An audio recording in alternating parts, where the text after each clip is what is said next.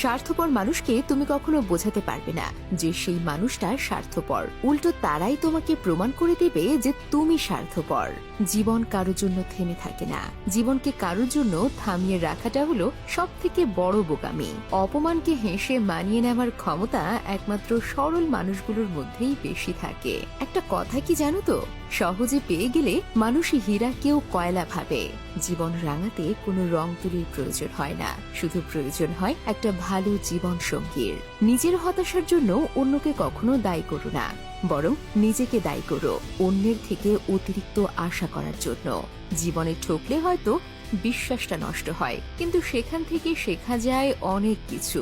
যদি অনুভব করো কেউ তোমাকে এড়িয়ে চলছে, তাহলে তাকে বিরক্ত করা ছেড়ে দাও। কেউ দেখে না তুমি তার জন্য কি করছো, তারা শুধু দেখে তুমি তাদের জন্য কি করোনি। বর্তমানে সম্পর্কগুলো এমনই হয়, খোঁজ না নিলে দূরত্ব বেড়ে যায়, আর বেশি খোঁজ নিলে বিরক্ত হয়ে যায়। আমাদের প্রত্যেকেরই কিছু না বলা কথার মধ্যে অনেক কিছু কথা লুকিয়ে থাকে। জীবনটা খুব কঠিন, আর তার চেয়েও বেশি কঠিন মানুষের মন বোঝা। কারণ মানুষ যে মন দিয়ে আপন করে নেয়, আবার সেই মন দিয়েই দূরে সরিয়ে দেয়। শিক্ষা যদি মানুষের দরজা হয়, তাহলে আচরণ সেই দরজার চাবি। বাবাকে কখনো অবজ্ঞা করো না, বাবা যতই গরিব হোক। বাবার মতো শক্ত হাত এই পৃথিবীতে আর কারও নেই।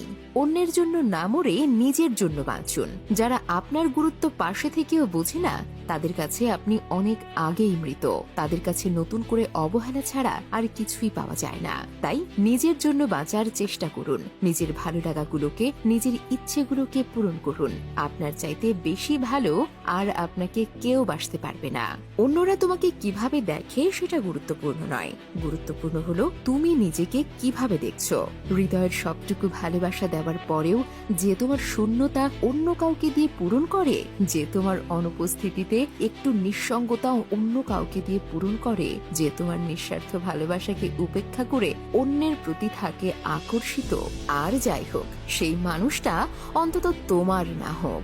ব্যক্তিত্ব বিসর্জন দিয়ে কাউকে কাছে পাওয়ার থেকে ব্যক্তিত্ব নিয়ে একা থাকা অনেক ভালো। নিজেকে কখনো সহজ সরল করো না, নিজের মূল্য বুঝতে শেখো। তুমি যে অমূল্য সেটা বুঝতে দিও, কমপক্ষে এটুকু বুঝিয়ে দাও।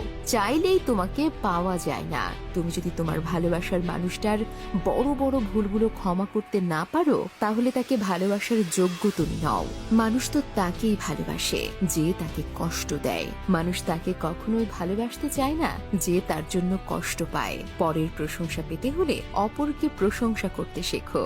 শেষবারের মতো আর একবার চেষ্টা করে দেখি। এই পৃথিবীতে এই চিন্তা